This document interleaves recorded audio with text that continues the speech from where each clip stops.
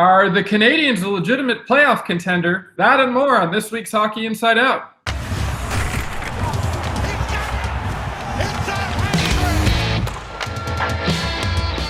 My name is Adam Susser, and I'd like to welcome you to this week's show, which is being brought to you by Madison's New York Grill and Bar in downtown Montreal.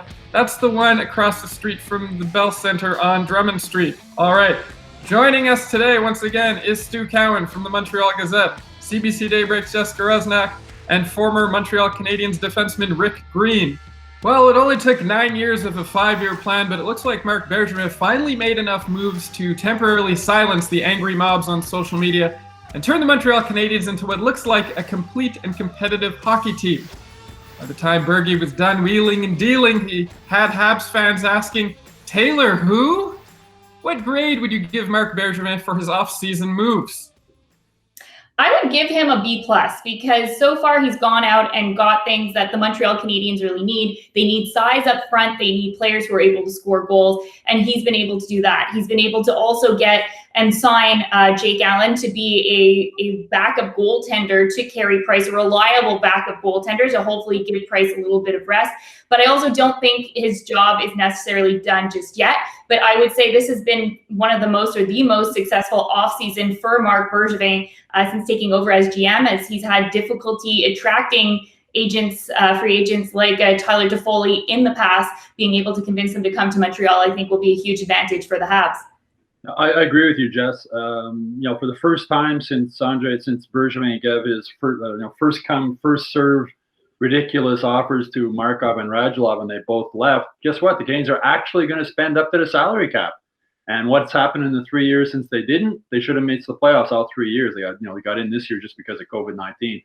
So it's hard to compete in a salary cap league when you don't spend up to the cap. And right now we're seeing what the Canadiens can put together, what kind of team they can have when spending up to the cap. And it looks like a pretty good team. And it looks like a team that should be good enough to get into the playoffs.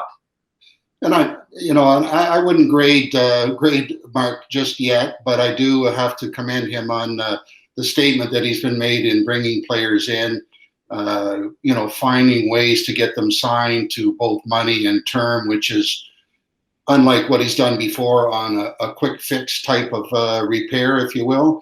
I think that he's finally come to realize that changes had to be made, and he's been able to attract some players to come in. And obviously, these players are telling us what we want to hear. They're really looking forward to it. It's a long year, but let's just see how this plays out. But I think bottom line is they have gotten better with these acquisitions.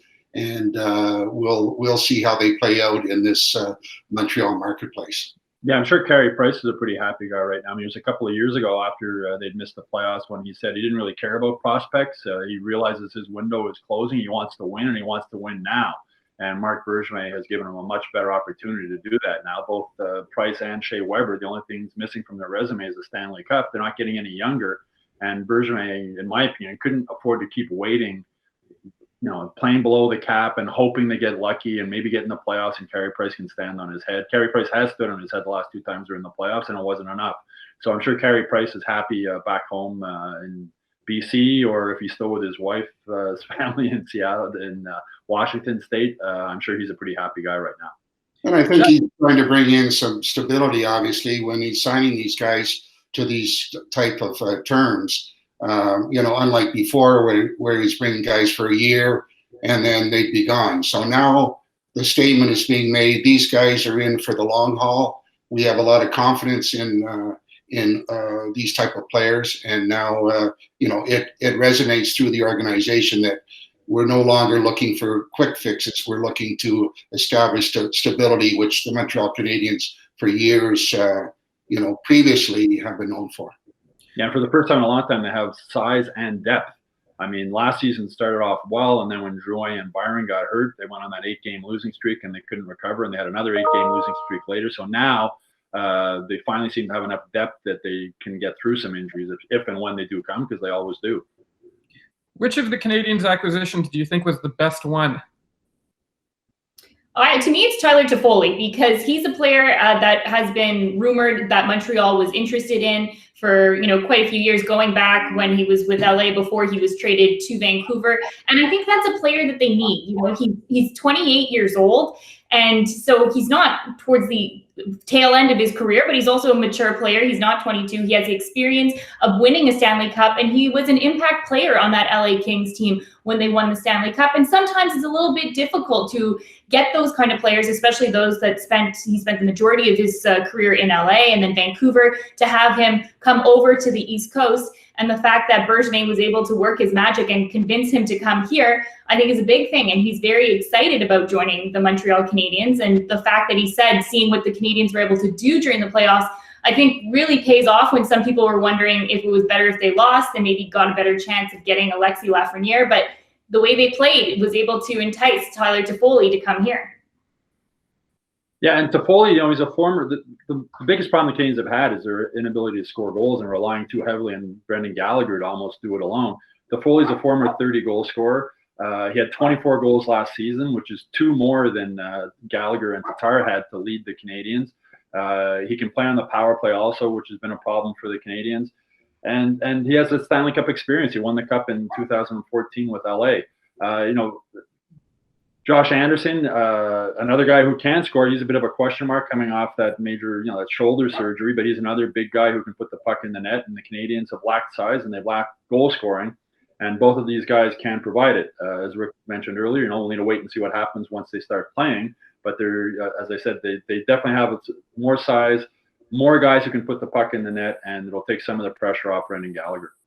And I'm excited to see what Josh Anderson can do. For years he talked about missing that ingredient. He is that type of player that's going to bring the speed and some skill on that right side. And I think that hopefully he's going to step right in and have an impact right away and complement the group of guys that they already have. But again, nobody has a crystal ball. It's a long year or not, and we'll have to see over the course of whatever plays out in the season how these guys can consistently find ways to produce, because that's the area that they needed to patch up.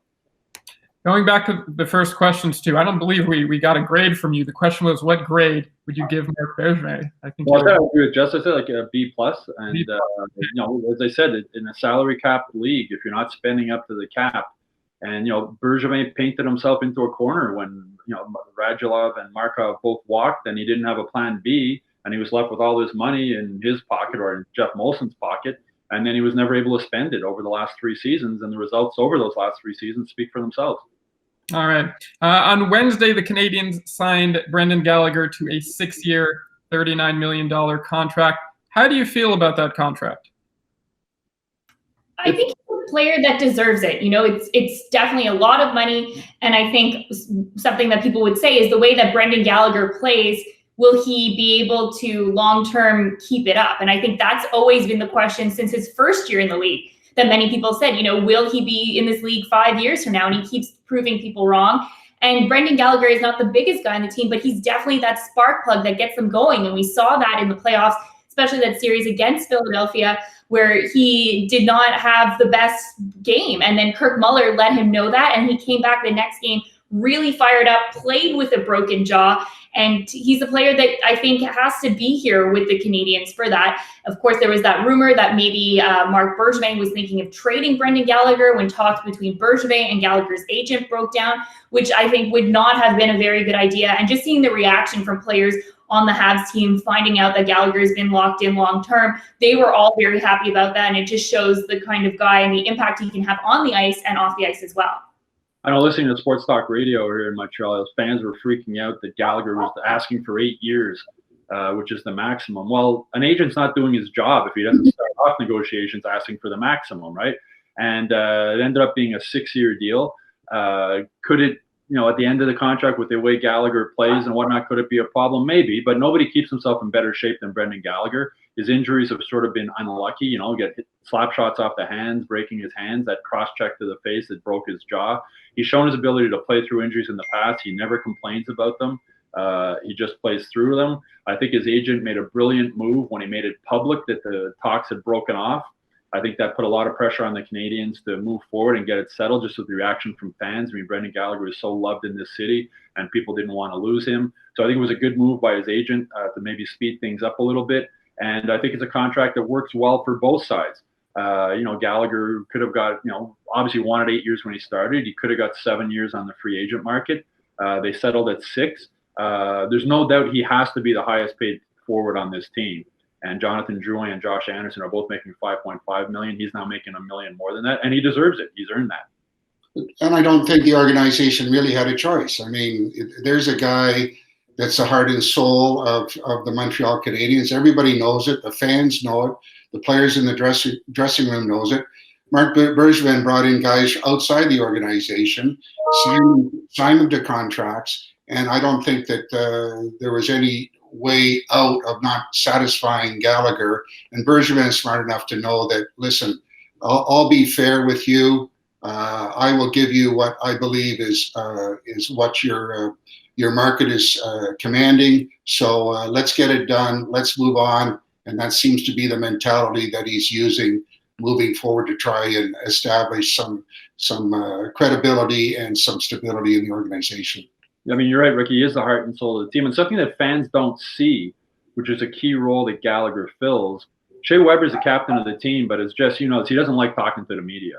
And, you go in there after morning skates or after practices. He's very rarely there. He'll only really come out if we ask for him, and then he sort of grudgingly does it. It's just not his thing. He doesn't like dealing with the media. He'd rather not talk at all to us if he could. Brendan Gallagher fills that role. Brendan's always there after practice. He's always there after morning skates. He's always there to answer questions from the media. And something fans don't realize, and some fans might not really even care about. But it's a role that it makes things a little bit easier for Shea Weber on that front, that he doesn't always have to be there doing something he doesn't like. And Brendan Gallagher willingly and happily does it. Yeah, I mean, you said it, Rick. He is the heart and soul of the team, and he's, I think he's obviously the captain in waiting. I feel like he could have gotten a higher contract somewhere else, but he made a bit of a concession to stay with the Montreal Canadiens. And, for that one day where you were hearing that talks have broken down, I started getting nervous, like I think many Habs fans did, and thought, oh, great, is Marc Bergevin up to his old tricks? And I started to lose a lot of faith in what Marc Bergevin had put together over this offseason. So I'm glad it only went on for a day. And then going back to the first question, I would give Marc Bergevin a rating of an A. All right, do you think that I think I want to get into Bergie's buddies. Listen, that's all I really want. I just want access to it. Well, Gallagher spends the offseason in BC and played junior hockey in Vancouver. And, if he had become an unrestricted free agent, and let's say he scored 30 goals again next season, you have to think the Vancouver Canucks and other teams would have interest in him. So, now he's locked up here for 7 more years. Yeah, I mean, he's the type of player that any team could use, Do you think Marc Bergevin finally turned the Montreal Canadiens into a legitimate playoff contender? I think so. I think, with Carey Price in goal, obviously, that's where everything starts. They now have a legitimate backup goalie to be able to give him a rest in Jake Allen. They've got what looks like, I don't know if they really have a real number one line, but they have 3 solid lines that should be able to put pucks in the net. Of course, the big question mark is going to be the 2 young centers, Kotkaniemi and Suzuki, if they can continue to play the way they did during the playoffs and progress even from that. That's what Marc Bergevin is banking on at this point. But I think with the depth, the size, the addition of some scorers, I think this is a team that should be able to get into the playoffs. I agree with you, Stu. I think the additions should help them in a number of their areas, and there's no reason to think that, providing they all stay healthy as possible, that they can make great strides and find a way to get into the playoffs. And it's something that we spoke about a little bit earlier, that this is the first time the Montreal Canadiens finally have depth in their lineup. That, a lot of times when the season started, you looked at the lineup and it was just so thin that you knew right away it was going to be impossible to get into the playoffs, or a really big struggle. And this is the first year that you look at the lineup and you say, you know what, they actually do have a chance if all goes well. And that is something to be optimistic about for Habs fans. Yeah, I mean, as you all know, I've been critical of Bergevin in the past, and when you have a team that should have missed the playoffs 3 years in a row and 4 of the last 5, there's a lot of things to criticize there. But The other thing that's impressive about what he's done during the offseason, and he mentioned this in his video conference, he didn't give up any prospects or really any key draft picks. He's still got 14 picks next year. He's still got Cole Caulfield. He's still got all those young prospects coming up. So he did all this without sacrificing the future either, and that's quite impressive. Oh yeah, and I think he just got rid of dead weight with Domi. The thing that I like most about what Marc Bergevin has done when it comes to depth is the fact that he got Toffoli and Anderson. I think the two players are better than one superstar player, just because it takes with the media and the fans, there'd be so much pressure on one individual player. If you look back at all the pressure people put on Drouin, but if you really spread out the responsibilities and the expectations on different players in the team, I really think that is something that this team in particular needs, considering how much pressure the media and the fans put on the team here in Montreal. We talked a lot about the positives of this new look Canadiens team. What do you think the biggest weak spot is for the Montreal Canadiens heading into next season? Go ahead, Rick. No, for me, I look at a power play specialist on the blue line. Over the course of the last year, for many games, we heard about the struggles of their power play. Somebody being able to really be creative back there and make things happen. I mean, yes, Shea Weber is a very dangerous player, obviously, with his shot. Petrie, another guy that is effective in his own way, but I don't see them really having a key guy to be able to be creative and really find ways to make things happen on the power play. I found them very predictable last year. I think the opposition realized that and made it really difficult for them to be effective. But I think that if one area that I find they're maybe missing a little bit is a key guy to make really creative power play opportunities happen. Yeah, you'd think Jonathan Drouin could fill that role. He obviously hasn't been able to since he's been here. And then, Nick Suzuki going forward could be the guy to do that. The thing with Toffoli and Anderson, you got two guys that are big that can probably have a net presence in front of the net and also put the puck in the net. But I agree with you, Rick. I mean, the power play has been a continuing problem for this team. And I wonder, hopefully for the Canadiens' sake, they've fixed it. I think in the past they've had the players there. They should have a good power play. For whatever reason, they haven't. But they're going to have the coaching staff and the players going to have to figure that out in the next season, because that power play has to be better for this team to be able to not only make the playoffs, but be able to go further once they get there. But as you mentioned, sorry, Jessica, go ahead. No, for me, I was just going to say that I feel like he definitely has to add another veteran defenseman, one that has a little bit more experience. Yes, he went down and got Joel Edmondson, but he would not be categorized as a player who's been in the NHL for a long time. And I think that that's something that I would like to see Bergevin go and get help. As he said, you can never have too many defensemen, and it would be good to go out and get one that's a little bit more proven, kind of what he did with Marco Scandella when he traded for him last year. And I know, Stu, you mentioned about putting a forward, Drouin, back on the blue line. But as Jacques Laperriere used to tell us, never trust a forward. So that might be the right formula. But anyways, we'll see what happens. I love that line. All right. Well, it looks like that is all the time that we have for this week's show. How would you grade Marc Bergevin's off-season moves? And do you think the Canadiens are a legitimate playoff contender? Let us know in the comments section below. This week's episode has been brought to you by Madison's New York Grill and Bar in downtown Montreal. My name is Adam Susser, and we'll see you next time.